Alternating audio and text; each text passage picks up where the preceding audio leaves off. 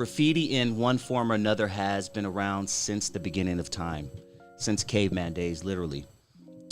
But in 1990, around the early 90s, it became a phenomenon in Los Angeles. However, it quickly became deadly. Taggers became tag bangers. And to discuss this particular period of time, my special guest on the line, Ouch One.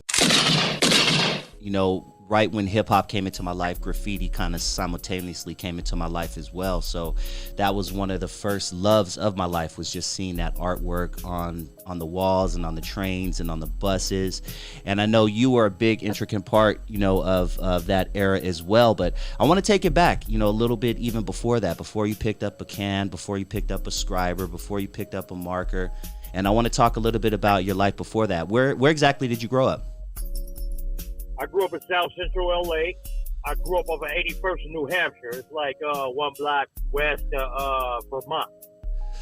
Okay. So, you know what I mean? Yeah, I grew up. It's like the ass end of the A-Trick gangsters.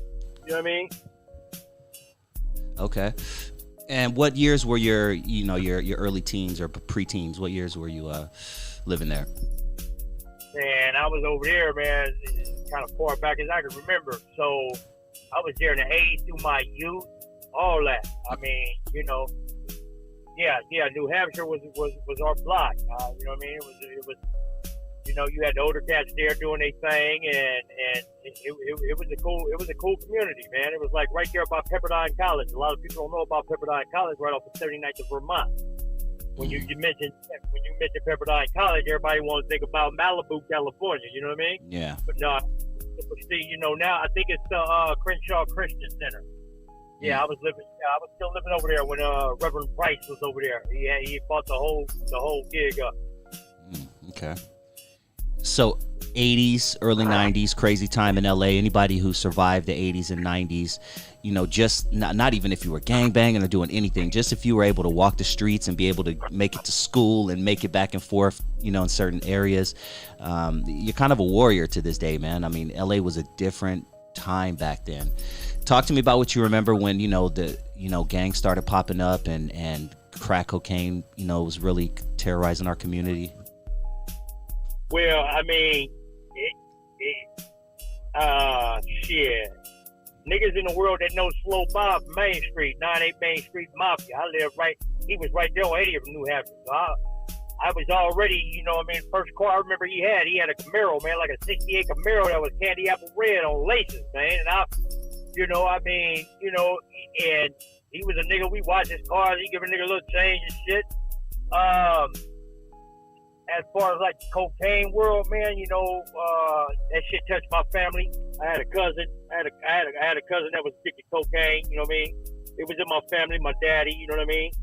So, I mean, I knew that game around there, and I mean, it was a trip, brother. You know what I mean? I'm coming home from school one day and find this nigga named Leo that was an addict. You know what I mean? The crack cocaine. He was dead. I mean, it was just it was. Man, I don't know. You know what I mean? It was like, whoa. You know what I mean? Mm-hmm. Growing up over there, it was cold, man. Now, when did you first start to notice graffiti? You know, it was always around us, you know, as a kid, but I there was a specific time where I just started noticing it more. When did you started noticing it more? It had to be like the early 80s. I was hooked on those Teen Angel magazines. You know what I mean? That was like basically a Hispanic, a dominantly Hispanic book that covered cholo style graffiti and shit. And then my aunt that raised me, we always used to go to this Kmart on Imperial and Western, and there was a cat named Clever, man. Mm-hmm. He did a Donkey Kong, man. It was like it was something. It was that time, man, like with breakdancing and all that shit was in, and nigga had the fluorescent colors rocking and shit, and this nigga did this shit on the wall, man, and I could not understand how it looked just so smooth, just the shit he painted. It was a Donkey Kong raising the barrel up and all kind of shit, man, you know what I mean? And didn't know who the cat was at the time, but later, you know, in my introduction to graffiti, Clever was a legend, man. Never met that guy, but niggas, I know my homeboys. My nigga Mad One brush shoulders with Clever. You know what I mean? Just different people, bro. You know what I mean? So yeah, that was somewhat my introduction to graffiti, and then Beach Street, bro. Beach Street. Yeah. Spit was probably the original first troll. You know what I'm saying? Yeah, the straight just don't feel. You know, he was like, it ain't no art to me. I'm a bomber. I'm a go out there. I'm a mobber. You know what I mean? Because there's different levels to this shit. You know what I mean? Well, let me ask you. Who are some of the crews? You know, before you started doing your thing, who are some of the crews that you remember seeing hit up?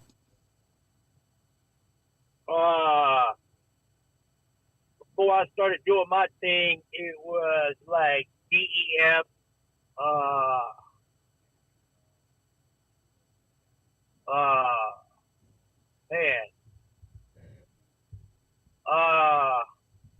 West Coast, Risky, West Coast artist.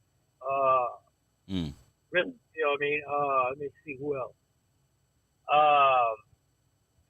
Well, West Coast artists, man, period.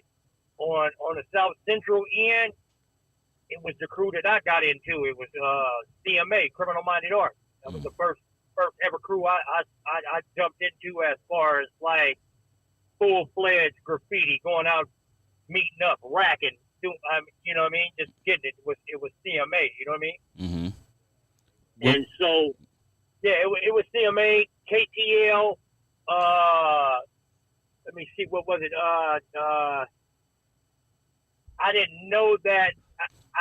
I seen a couple of names up, like Create, Skier, Lur, King, just little names that I could really, you know what I mean? Because some niggas had some wild shit. You couldn't even read it, man. You know what I mean? So, you know, just names that I knew. And then, that as far as hearing things, yeah, BAD. Okay. So when did you pick up your first can, and talk to me about that experience, about your first hit up? I was going to John Muir.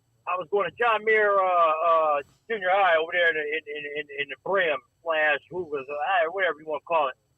But I was already dibbling and dabbling in gangbanging. You know what I mean? At this time, I don't know, it was probably about 88, I don't know, 87, something like that. I was dibbling and dabbling in gangbanging. And I remember it was a crew of us on my block, on the New Hampshire block, that went to school together. And we always met up at the homeboy Trayvon house. I think that's, I want to say, we called him Taper.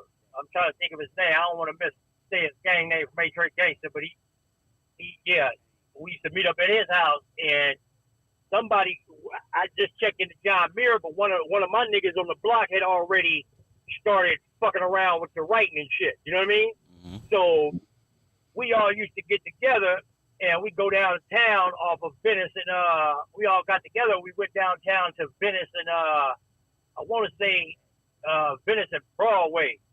If it ain't Venice and Broadway, it's Pico and Broadway. It used to be a standard brand right there. And we went in and shit, and it was these Magnum markers. These motherfuckers stink like a motherfucker. I mean, remember those.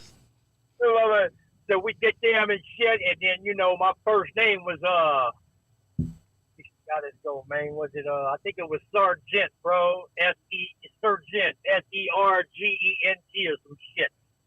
And, you know what I mean? I started hanging with them niggas. And, that first time I got out, it was like it was a game now. It was something new. I could do something. Nobody knew my name, but I could get in and get out. You know what I mean? And we was attacking the buses and shit. We was already on the buses as young niggas making moves, going to the beach and shit. You know what I mean?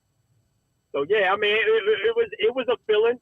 It was a feeling, bro. But your next question may ask me, like, when I really got into it. I'm not sure. I don't want to jump the gun. Go for it. But I remember it like it was yesterday. I went to the mall.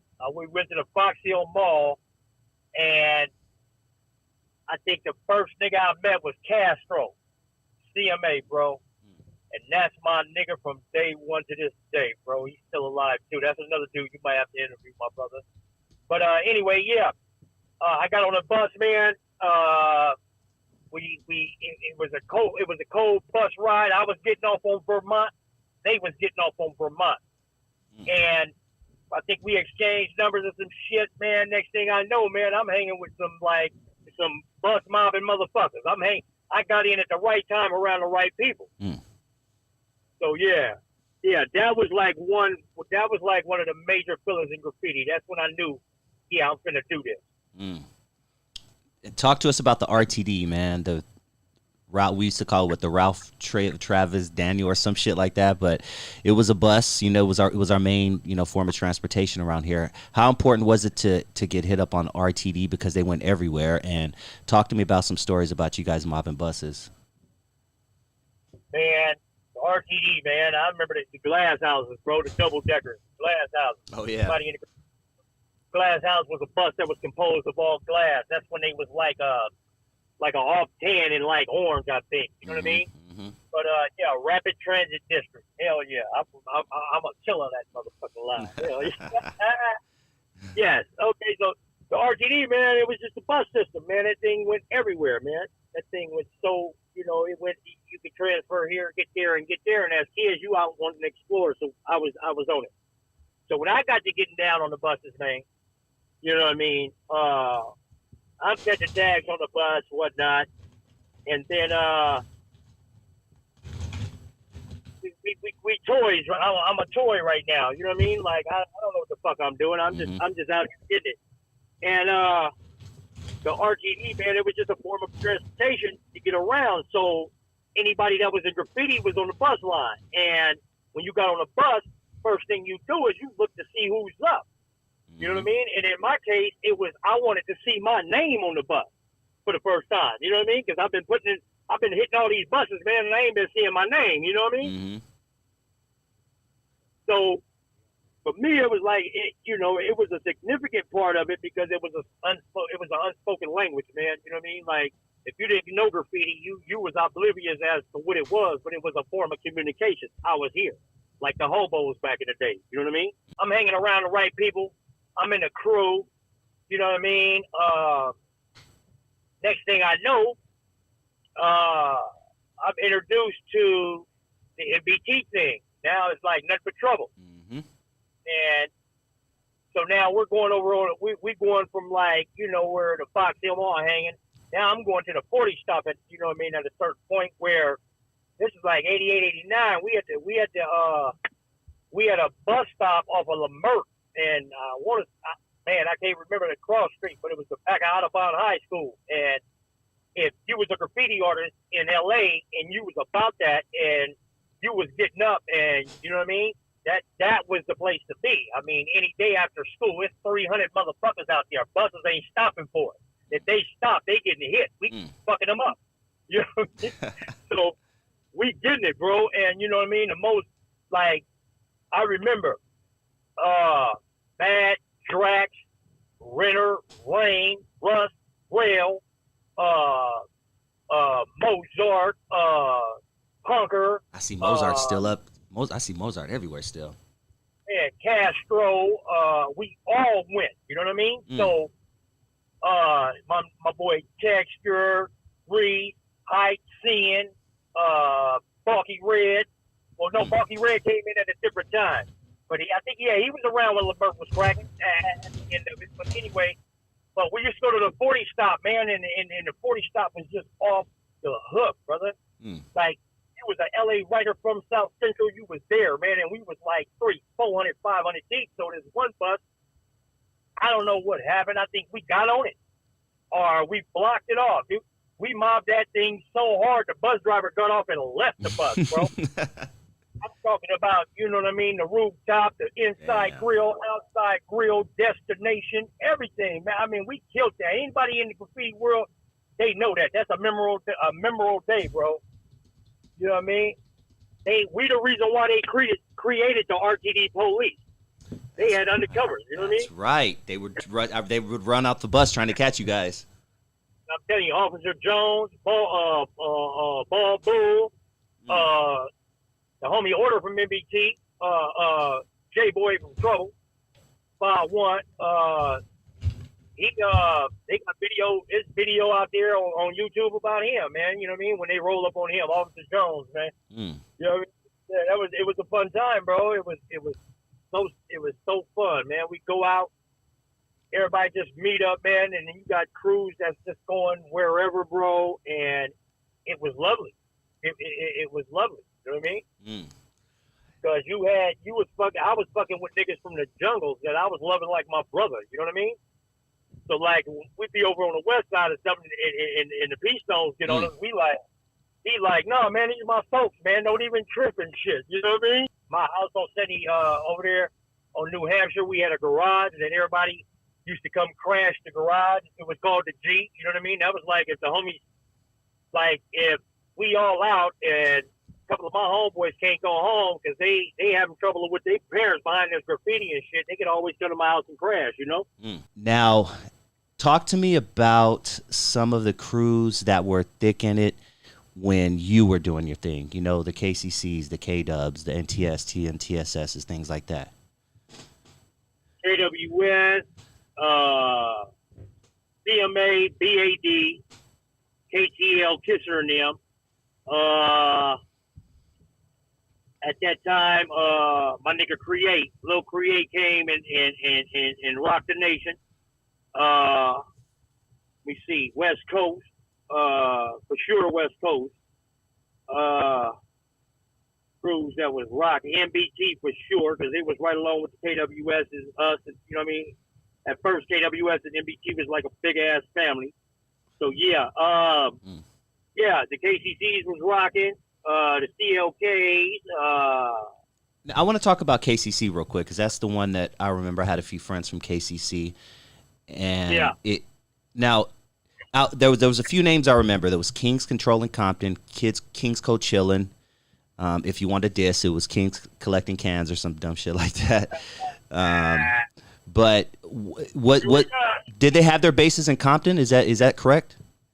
Yes. Okay. Talk to me about what you remember about KCC or what you know about their history. KCC history is like this here. Sko and Devo, they the creators. And they lived off, if I'm not mistaken, 132nd, 133rd, one of them in Mona, and it was in Compton. Now, there was a couple of homies that started hanging out with the KCC. We started hanging with Dram because Dram was another black writer.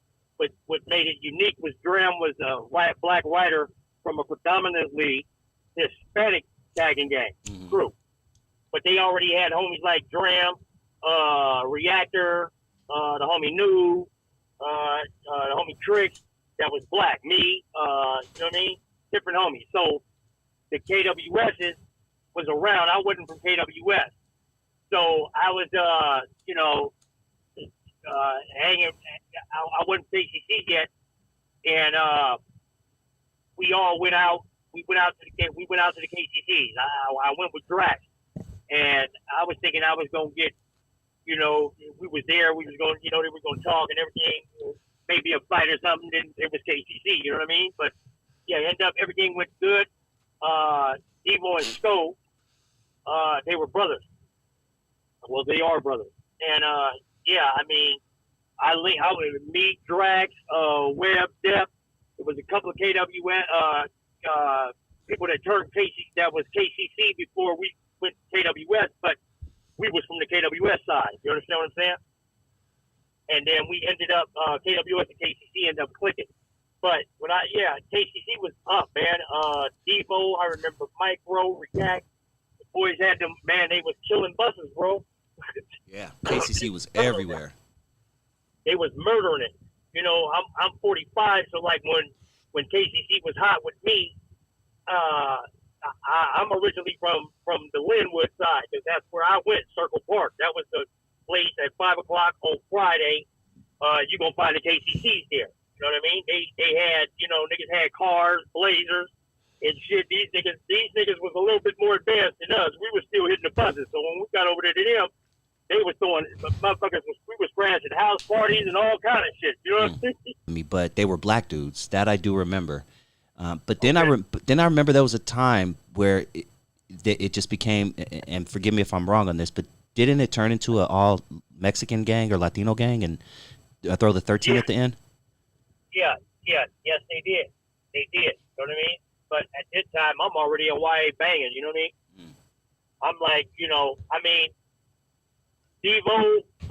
Okay, so like I was explaining to you offline, we had a couple of homies that died. You know what I mean? Mm-hmm. Dram, Skull, and Sazam. You know what I mean? And they got killed by the young crowd. You know what I mean? But when that happened, it was so much dust being kicked up in Long Beach with these taggers. When I guess they structure from the pen got down at them like they needed to take on a 13. Some homies went with that, and other niggas didn't do that. You know what I mean? Mm. Like all my niggas didn't do that because all my niggas already had. It goes back to that question you asked about the tag banging. You was like, we're going to come back and we're going to talk about the tag banging and shit like that. So it goes back to the tag banging. I can sum that up for you right now, my brother.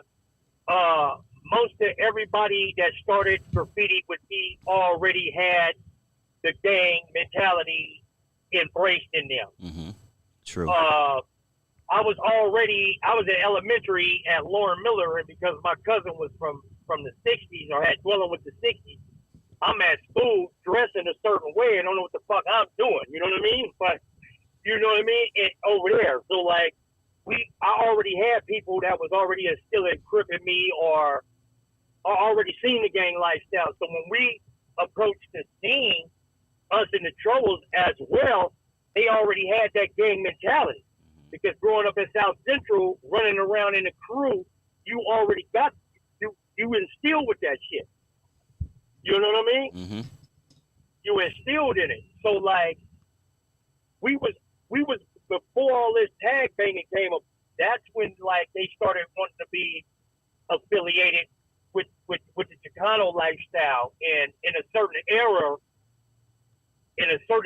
of black graffiti, it kind of died down in LA until we all got back together, and then we started killing the grab world down. You know what I mean? Because before even then, a lot of crews started rocking gang colors, right? Like F Troop, they wore red. Like certain people start. Not with us. Okay. Our basic attire, niggas just wanted to be. At first, we was like fucking. You know what I mean? You'll get some niggas in Ben Davis, Cortez, being banged out. I remember ordering them. Them niggas used to be G'd up, but we had a swag to that shit. Mm-hmm. You know what I mean? So nigga would have on a pair of khakis, but nigga have on some dope ass suede bands with a you know what I mean? Mm-hmm. Like we had a whole different swag with the thing, but in the earlier years it was all about the black dicky coats that we would make rack jackets and shit. It was NWA kind of like, you know what I mean? That whole gangster style, but we was just like Black King's hat. Or, you know what I mean? Mm-hmm. It was like that. You know, shit. Yeah. And it would, and crews really didn't have no color, brother. You know what I mean? We didn't have no color back in the day because niggas was into hip hop. White, black, like, Asian. I saw there was all type of taggers, I remember. Nigga De La Soul came out, nigga, I had a flat top. Nigga looked like Al B. Sure and shit. Me and Castro. I mean, you know what I mean? When the Jungle Brothers came out, they had the fucking glasses that flip up. You know what I mean? Mm-hmm. Like things of that nature. You know what I mean? So like the tag banging,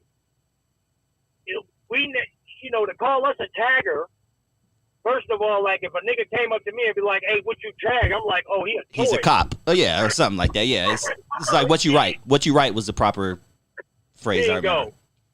I'm a writer. I'm not no. You know what I mean? So. You know, that tag banging thing, we was already with that. We was already in the mentality of that.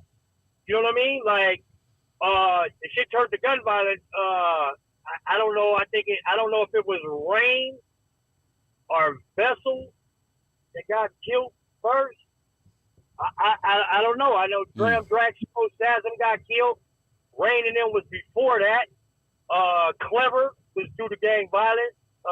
Not that he was a gang member, but it was gang violence because of the color of the truck or something. Damn. Yeah, bro. Talk to me about Drax and the whole situation that happened like within like a 4-day period or something like that.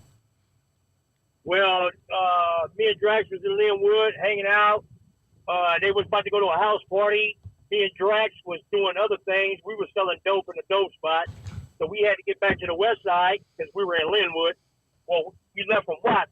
But, yeah, we went back over to do our thing, and they went to a party or something with Caravanning, and a car cut them off in Linwood on California Street and shot it up. You know what I mean? Shot the car up. So we lost Dram, Snow, and Spasm. Then that was June 4th on Drax's birthday. And then the homie's birthday 4 days later, he got killed. You know what I mean? I was with him. You know what I mean? Homie Drax won. R.I.P. man. And he was a major influence in B-boy and L.A. B-boy and him and Mad. You know what I mean? They was trendsetters. That's Mad with the question mark, right? Yeah, man. Yeah, man. Damn, like dog. I tell you a funny story right now with Mad, man. It was a gang of us, man. There was a time where Mad from New York. Somehow, I don't know how I got through the graffiti world, but we was battling this nigga. And Mad from New York, I don't know, he couldn't fuck with Mad from out here simply because Mad from out here was our whole crew doing Mad Tag. So, you know, he wasn't battling one nigga. He was battling like 9, 10 niggas. You know what I mean? But yeah, Mad, that's my boy, man. Damn, man. Did you lose a lot of people during that time? Huh? Did you lose a lot of people during that time? What, in the graffiti world? Yeah. We lost a couple. We didn't lose too many. Mm-hmm. We lost, let me see. I'll give you a countdown right now. Rain, that nigga was one of ours. And I ain't saying one of ours as far as KWS, because that nigga was from KWS and MBT and KWS. You know what I mean? No, yeah. So Rain, little Mexican vessel, Clever because he was a godfather. Dram, Drax, Sko, Sazam. Let me see who else after that. Sazam. Yeah, there was a lot of deaths. The homie Strike, KCC. For the most part, there's more romping around than dead. You know what I mean? What happened to the few black people that were part of the cruise? A lot of us was in jail. Oh, okay. A lot of us was being dead. Mm-hmm. You know what I mean? Versus the homegirls too, because we got our homegirls right now. They still function together. You know what I mean? I'm in contact with Mo, everybody. You know what I mean? Okay, so another era, me and Mo, bro. Another era, me and Mozart, but he's from my era. That's my little homeboy, even though he's older than me. That's my little G right there. Mozart, I brought him around, whatnot, but I came home from YA and Mozart, we linked back up, and you know there was a crew out there claiming KWSK. And it was funny. We left a message for them on a wall or something. They linked up with us. And long story short, we had another faction. So now we got little niggas that's doing the graffiti thing. You know what I mean? In the street. The 13 and all that. That was their choice. You know what I mean? That's not my structure. That ain't my get down. You know what I mean? And most of the original KWSs, we got the homies in Maywood. They function with us. We talk to them and everything like that. Because they history was graffiti, you know what I mean? But they on some gangster shit, you know what I mean? So, you know what I mean? That was their choice, but we still holler at them. They, you know, they good, you know what I mean? The KCC 3SAs, they out there, you know what I mean? We got a couple of homies we holler at from there and whatnot, you know, but when we run into each other in the jailhouse, the politics of the politics, it's on like that. You know what I mean? Not like we at them, but they recognize, they respect, we respect. You know what I mean? It's like, oh, nigga, KCC, huh? Oh, yeah, nigga, yeah. Okay, I was from KCC. I'm still from KCC, but you know the graffiti side of it. You know what I mean? So we, like, you know, Ozark's still out there active in them streets. You know what I mean? We got homies out there active in the streets. We got, you know, RTDKs, they that's like the Hall of Fame crew with all the homies, you know what I mean? And we old, bro, you know what I mean? Nah, we vintage, man. We're vintage, player. We classic, you know what I mean? Exactly. There's not gonna be an era like that anymore, man. Like, you know, exactly. I don't ever say I'm old, man. We're classics, dog. We're like a '64 Chevy, homie. It's never gonna be old. It's just gonna be. We're a different time, and these kids, they'll never even know. Even if we try to explain to them what we were, they just will never get it. What do you mean you guys used to meet up at the Panic Zone in downtown Los Angeles and bomb the riverbeds? What does that even mean? Like, you know what I'm saying? They're like, they don't even get it. Hey, Lamert Park. Let's not, I mentioned the 40 stop, and the 40 stop is Lamert Park, bro. That's the home of the Troubles, man. And you know what I mean? The KWSs, which was more of my guys from my side, and the MBTs, we all got into a little skirmish, but I was one of the niggas that could always go to Lamert Park. I don't give a fuck if the homies just jump, whatever. I'd go to Lamert Park and be like, look, nigga, you know what I mean? But, you know, nigga, the Troubles, my nigga, we used to have so much fun together, man. Knowing that we could catch a bus out to Sherman Oaks City, you know what I mean? Like, going to the motor yard and finish, you know what I mean? Seeing that nigga Ash from West Coast, bad motherfucker, Ash, Bo, Pino, PJ, Dello, that was in Subway Art, or Spray Can Art, one of the two. But yeah, man, I'm talking about, I was meeting people, bro, in the graffiti world that was coming out in, like, magazines and shit, you know what I mean? Like, PJ from West Coast, and I can't think of the other brother's name, but they got down at B-Boy Records, my boy Chino, man. You know what I mean? Looking at Chino, bro, that dude's sick, man. Okay. Chino from 18th Street, he's got I think Kev Mac did what's his name? What up, Hood? Kev Mac. Okay. You know what I mean? Kev Mac video. Yeah, but, love that fucking intro. yes, Kev Mac did an interview on Chino, man. Look him up, man. That nigga, he's got a spot downtown LA on 6th Street, Koreatown called Escalante. I know exactly what you're talking about. I saw that one. Yes, I'm very familiar. Yeah. So like he was shit. I went to jail in front of right there at B-Boy Records for being in possession of a 22. You know what I mean? Like that's how we were already and that was before the tag banging situation, bro. You know what I mean? How the essays went to 13 and it was like, you know, yes, you know what I mean? We just when it started coming our way, we just entertained that shit to the fullest, and we wasn't no punks. You know what I mean? And we already had a structure that too many of them little motherfuckers couldn't handle, because it was niggas that didn't want to join the gang that became taggers. No, we was already ganging. We was already gang bread that was taggers. You know what I mean? So the conflict really wasn't shit, but we didn't really try to keep the conflict going, bro. You know what I mean? Yeah. Man. You're in a crew with people from different neighborhoods. You're from your hood, and your boys from a different hood, and that's the aspect that I liked about tagging back in the day. It was like that. Like right now, we're all part of RTDK, bro. That's the Hall of Fame group. You know what I mean? Now in RTDK, you got KCC, KWSs. Got every if you was about something back then, not taking away from anybody, Chaka's in there. My nigga Miker, my nigga man, just so many groups, but like you got the KCCs and the NTSs in that. Back in the day, we didn't get along. You know what I mean? You got the Troubles and you got the KWSs in that. Back in the day, they didn't get along, but we all here as grown men. We got family now. When we come up, you know, because we losing them, we just lost Search. You know what I mean? We just lost some other homies. You know what I mean? Like wow, you know, Azure, the other homie, Acro that just died. You know what I mean? Like Azure, huh? Okay, wow. Yeah, Rest in peace. Triggs, fucking Triggs. You know what I mean? The homies, like you know. So it's like this is a big family, like with the graffiti thing. And if we don't keep this graffiti thing alive, man, as far as trying to let these youngsters know, man, that you know this is an art form. You got a history, just like all the homies that get on here, that's Crips, that's Bloods. Nigga, I respect all them niggas that get on there, nigga, tell a story, because you niggas molded me on some shit. You know what I mean? Like they telling it, they have a history. Like people don't know about the black cowboys from Compton. You know what I mean? Exactly. You know, they have a history. So when it comes down to graffiti history, not just only graffiti history, but South Central specifically. Yeah. You know what I mean? Specifically, nigga, we came out the slums with this shit and creating some of the dopest shit. Look at my nigga Little Create. Look at my nigga Mozart. These niggas came from nothing. My nigga Skill, my nigga Snap, them niggas, man. The UTIs, man. These niggas came from like the dirt with it, bro. Well, you know what I mean? Some niggas did, but Yeah, my niggas, Merv, Snoochie, niggas that was South Central bred, man. We came from the dirt, and niggas is creating some masterpieces, bro.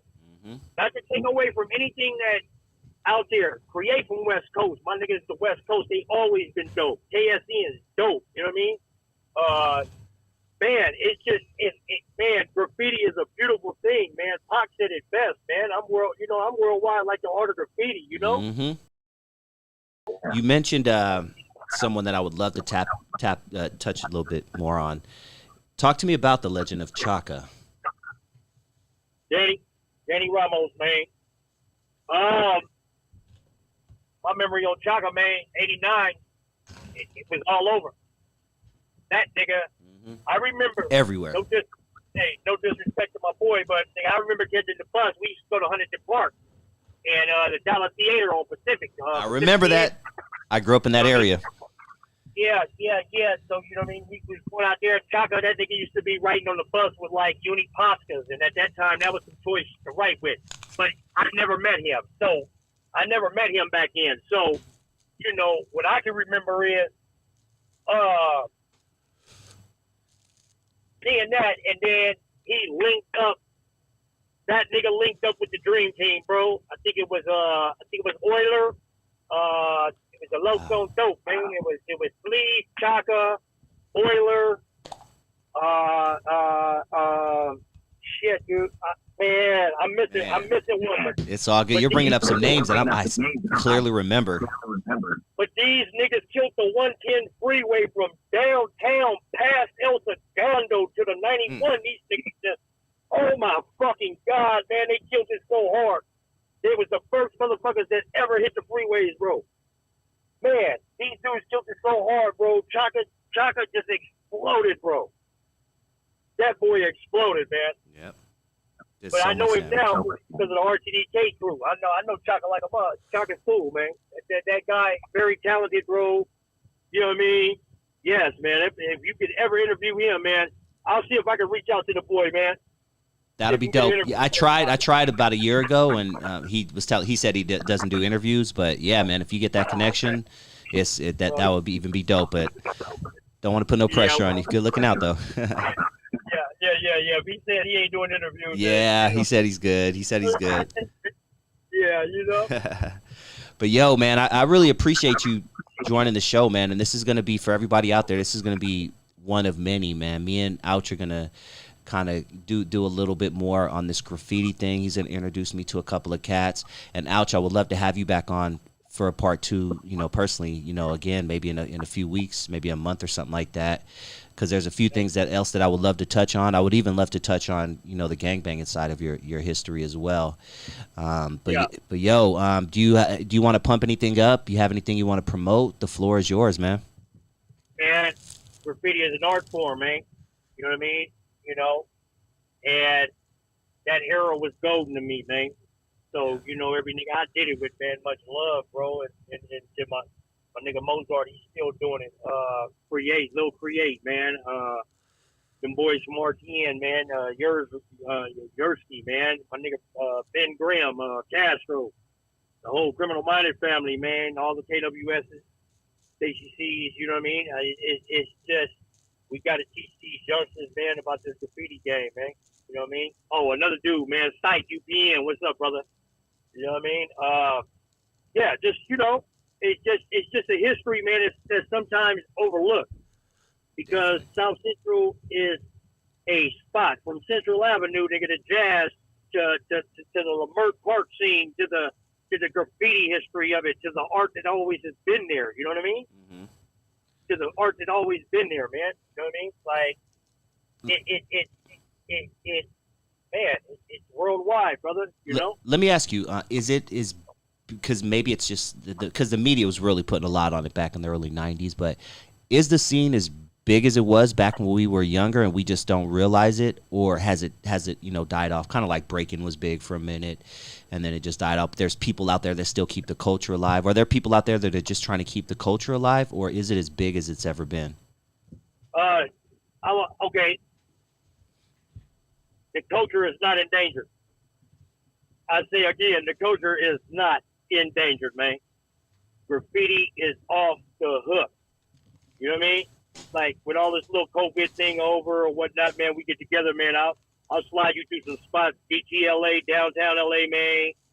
It's still thriving, brother, and it's making mainstream media. You know what I mean? It's being in galleries. It's brothers got businesses behind us. Look at Risk from West Coast, man. That boy, man, much love to Risk, man. You know what I mean? Like, it's so much. It's full throttle, brother. It's full throttle. It ain't as many people, but it's a lot. It's still going, brother. It's still thriving. LA graffiti, South Central graffiti is still going.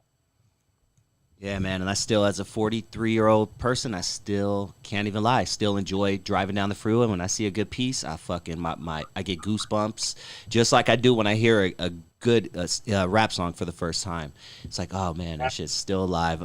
But the tagging shit, as I get older, I'm like, man, fuck you, don't be tagging on my property. But the pieces, though, I'm still digging that shit, man. Yeah, bro, you know what I mean? Like, yeah, I get it. We got some little homies that get out there and get it, man. But yeah, like I said, in the next interview, we'll talk about the different type of graffiti artists and vandals there are. Okay. Yeah. I was a vandal. See, I was the one. I was fucking up people's property. I'm cool on that person. I like the guy who actually makes some art. I was the one that was messing up the side of your house, or your yard, or some shit like that. Spray paint on trees and all that. I'm like, come on, man, don't be doing that. I'm still that guy though. I'm still that hippie guy, bro. Man. I'm in a bathroom at a gas station. I know it's a hot spot there. I'm gonna hit that motherfucker. You know what, dog? So I took for years. I took my graffiti to the sticker game. My little brother, we were kind of heavy in the back in the day as well. But let's just say you might see a sticker or two from my undercover name that I'll just post up in the bathroom. Yeah, I got another boy you might want to interview too. Is my brother Tino, KWS. Man, okay. That boy hard. That boy's hard. That boy, if he see it, he can draw it, bro. Thank you for tuning in to Dusty Vision TV. Please hit that like button if you have not already. And if this is your first time joining the channel and you like what you hear, please hit that subscribe button. And if you enjoyed this video, you just might appreciate this bonus clip I'm about to play for you right now.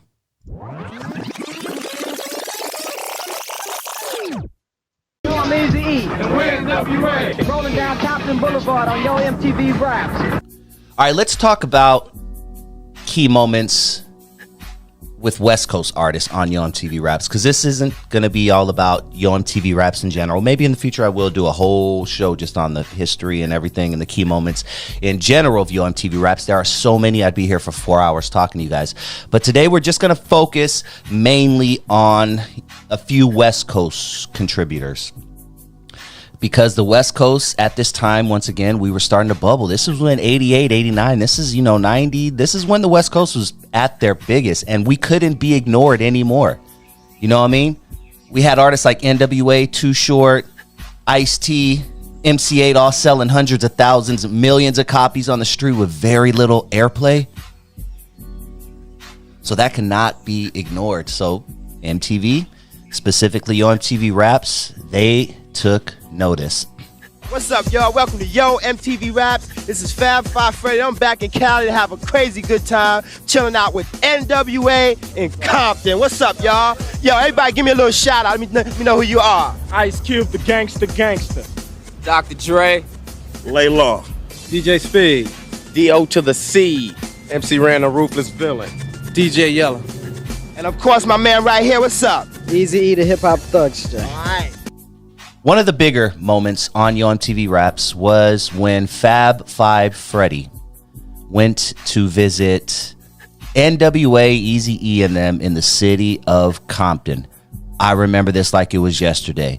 I believe I even had this on tape because I feel like I've seen it 1,000 times in my head.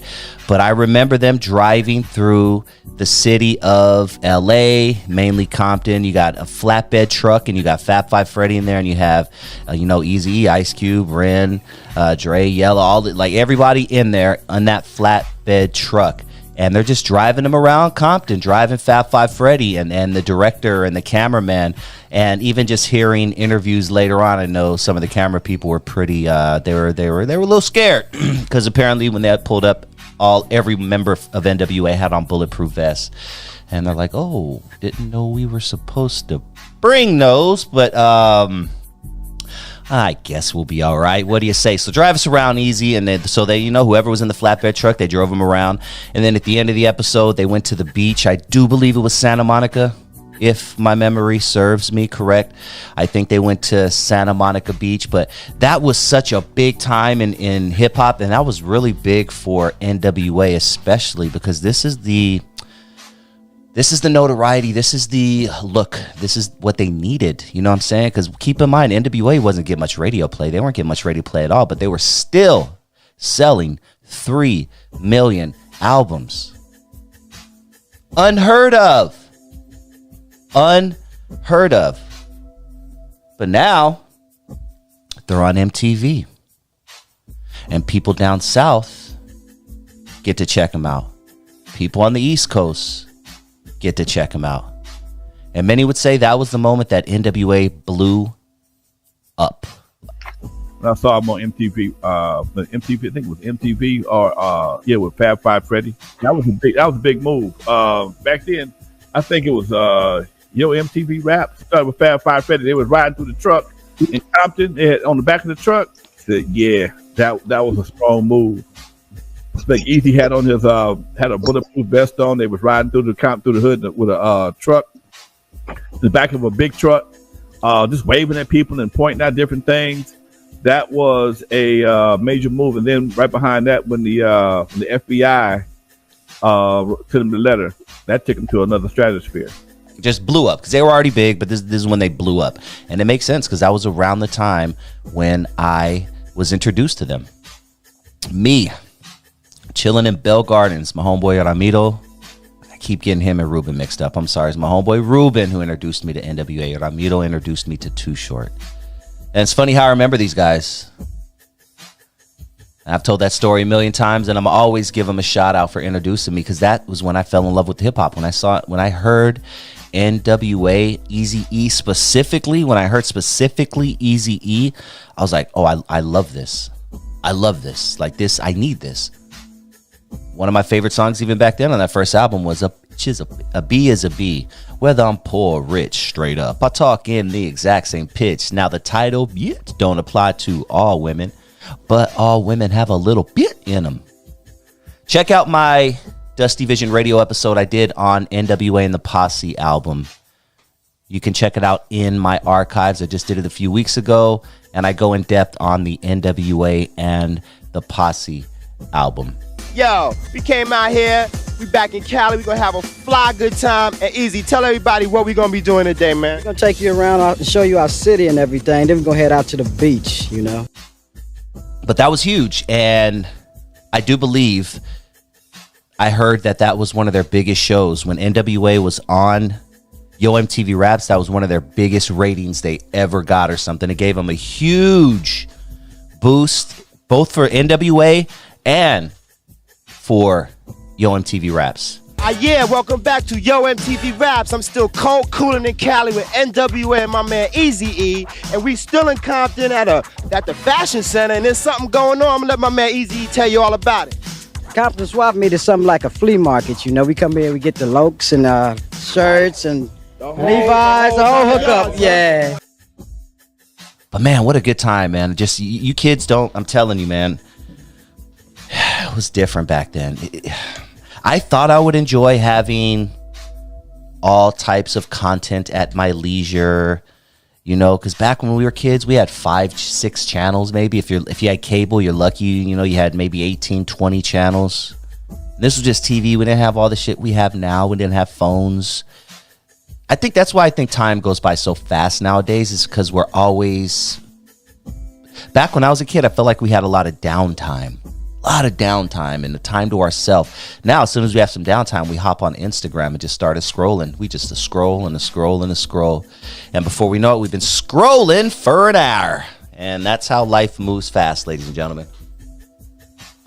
But when we were kids, man, I'm starting to sound like that old guy, huh? When I was a kid, I had to walk 16 miles in the snow barefooted, no shirt on, drawers all tore up. No, dog. When I was a kid, we had it good. The 80s and 90s was good, but we only had a few things where we can just get the good stuff from, and there was something about just knowing, oh my God, I gotta be by the TV at 11 p.m. tonight, so I can't miss Yo MTV Raps. If I miss Yo MTV Raps, I gotta wait a whole week. I can't miss because, oh man, what if I heard about this new guy named Nas, and oh man, heard about this guy named Tupac, and it was just a great time back then. Don't get me wrong, it's a good time now. Like, I'm having a great time in life. I love life now. But, you know, we always yearned for the days when we were kids, right? That's nothing different. Comment down below. Am I tripping? Like, we always wish and kind of think our era was better, right?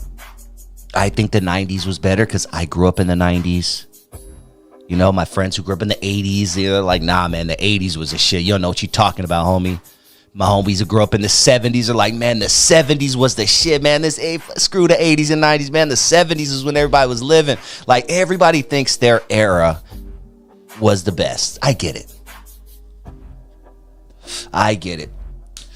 But I'm telling you, man, there was nothing like the 90s. And as I sit here with my candle burning in my studio, looking outside at the moon on a beautiful Los Angeles night, I do get a little nostalgic, man, and I do think of those good old days, as we put them in quotes.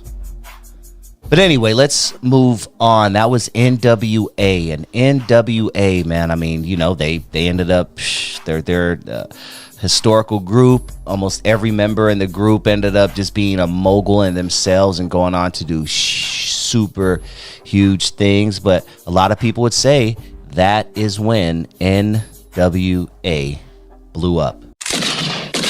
So after Colors, you know, once again, I'm still checking for Ice-T. I want to like him.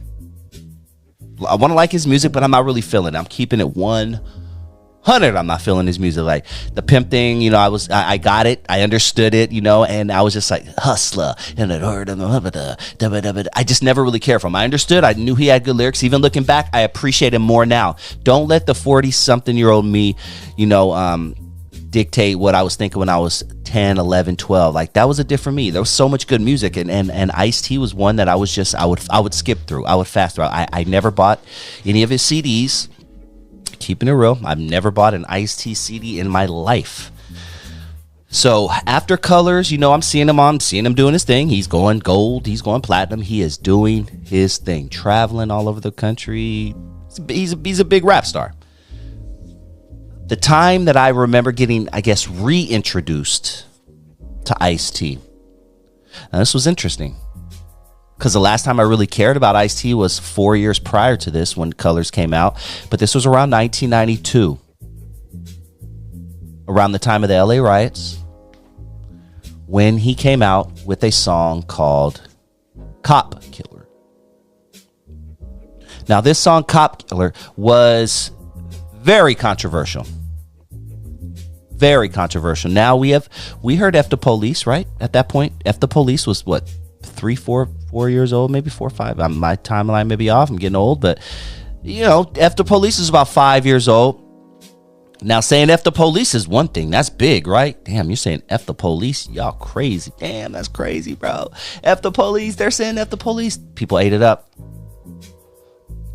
Now imagine taking it a step further and saying you're a cop killer. In the wake of the Rodney King verdict and the civil unrest in Los Angeles, some police officers across the country now say they're feeling threatened by the lyrics of a rap song. How do you think America took that in 1992, ladies and gentlemen?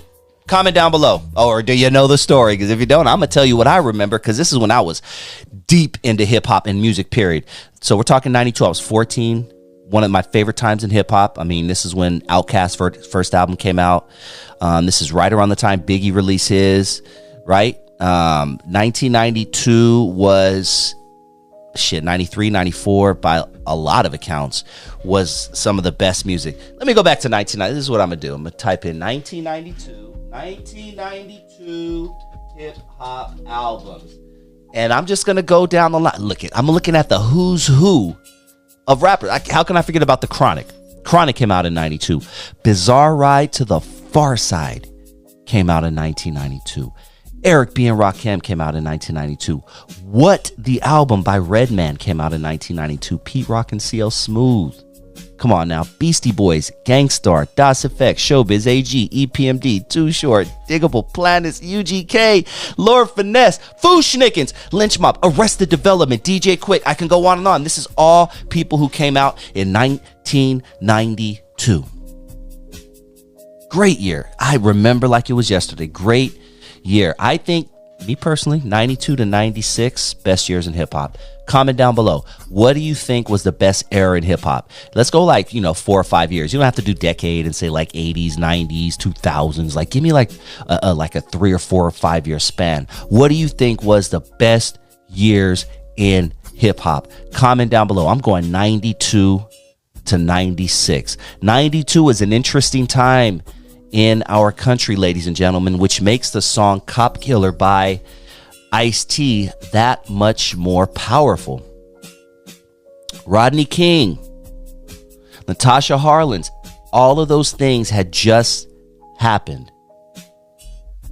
Black folks were getting whizzed by the police. And then one day, a man named Rodney King gets pulled over in Simi Valley, California.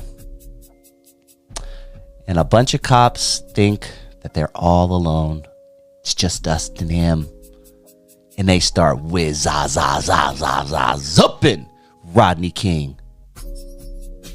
And what was going on? A man just so happened to have his VHS camcorder out recording at the same time. And he pans over to see those cops whiz-za-za-zupping Rodney King's ass. And I'm putting emphasis on it because if you've never seen the video, go look it up. They were whiz-za-za-zupping his ass. And what made that even more crazy is the whole world saw that. We all saw that. But somehow a judge and a jury decided that these men were not guilty. Oh boy, that powder keg. Oh, that was the mat. That was the last straw. I'm trying to think of the right mother effing analogy. That was the one that said, oh, now we're burning this booch down. LA riots. This was around that time. Everybody, after seeing that video of those cops doing that to Rodney King, the world, the ghetto, specifically South Central Los Angeles and many parts of LA, were highly upset. And we burned our community down. And sadly, here we are. 24 plus 8 is 30 years, 32 years later. A lot of those buildings never came back. A lot of those businesses shut down. A lot of those black businesses moved out. To this day, there are abandoned buildings in places where there used to be stuff, but no one ever did rebuild. It's just screw it. So that was an interesting time. Now imagine this song, Cop Killer, coming out. As a self-proclaimed gangster rapper, Ice-T plays to raw emotion and outrageous themes. But today, a group of Texas police officers condemned one of his latest songs, Cop Killer, as an invitation to commit murder. The combined law enforcement associations of Texas today called for a halt to sales of the album, saying Ice-T may have freedom of expression, but recording company Warner Brothers has a social responsibility.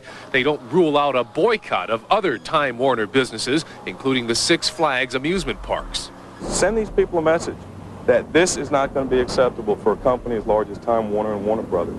No one in law enforcement likes the message in Ice-T's lyrics, but at least one police group, a group of African-American officers, says the message varies depending on how you interpret the song. If you take the words literally, you can make what you want to, but if you take the words internally, I think the message is saying that, hey, we have a problem. There's some bad police officers out here, some white, some black. The song was written before the LA riots. Ice-T says it was a warning to abusive police officers of simmering tension in the black community. Warner Brothers said nope. Nah, we're ex-nay on the cop. We're gonna go ahead and pull this. So they ended up pulling it. There are still some original copies out there. Someone has to have it. It is so rare, like to have an original copy of that song. It was on shelves for 14 seconds. Like it just wasn't happening. They took it down right away when they got that backlash. Once again, take yourself back to 1992. Now we say F12 all the time. F one time. But in 1992, to say you were a cobbler, that was groundbreaking. And not only that, it was a heavy metal band. He did it with his heavy metal band. He didn't even do it as a rapper. He did it with his heavy metal band. Until these cops realize that we're not just going to continually get our butts kicked in the street and we will retaliate, they're not going to act like human beings. But will young rap fans see the song as encouragement to attack all cops? I don't think it's reality. I think he's just trying to make money. It's reality. It's going to make a bunch of people sue the police, though, for real. And if Ice-T is simply trying to send a message, the police are at least hearing it. I performed with Ice-T a few times. I opened for him back in the 90s when I was with my group. I'll let you go down that rabbit hole and y'all can figure that shit out if you want to. I'm not gonna give it up. I'm not gonna make it that easy, but I opened up for Ice-T on several occasions in Los Angeles. At that time, I didn't really understand. I'm amazed now in hindsight, but at that time, I didn't understand how important that song was and how groundbreaking that song was. Find somebody who was from outer space, who never heard of Arnold Schwarzenegger, didn't know what he was doing, and you showed him the little clip of the movie where he killed up all the cops, right? And then you asked the person, you said, what do you think about this guy? They say, well, this is the most terrible person to walk the earth, right? But then that's what the media did to me this year. They took a 4-minute bite of my life, and they said, this is what this guy is about. And that's basically bullshit. So go check that song out. I'm sure you can find it on YouTube. Wonder if anyone gets paid for the streams. I'm sure Warner Brother. Yeah, I'm sure Warner Brother took it down the shelves, but I guarantee if you stream that mother effer right now, they're getting paid for it. So see, these companies are full of S. In a major surprise, Warner Brothers Records announced on Thursday that it was parting ways with rap star Ice-T, both as a solo act and as the leader of the speed metal band Body Count, by what it said was a mutual agreement and because of unspecified creative differences. Ice-T's Body Count track Cop Killer enraged police forces across the country last year, and when Ice-T pulled the track off his Body Count album, he denied that he'd been coerced or paid off by Warner Brothers to do so. In ending its 7-year relationship with Ice-T, Warner's returned to him the tapes for his upcoming album Home Invasion, which begins with a barrage of profanities and demeaning terms for women. Ice-T was unavailable for comment on his split from Warner's, nor is there any word yet on which label he'll be recording for next. In a corporate statement announcing the separation, Warner Brothers said, quote, "We wish Ice-T the best."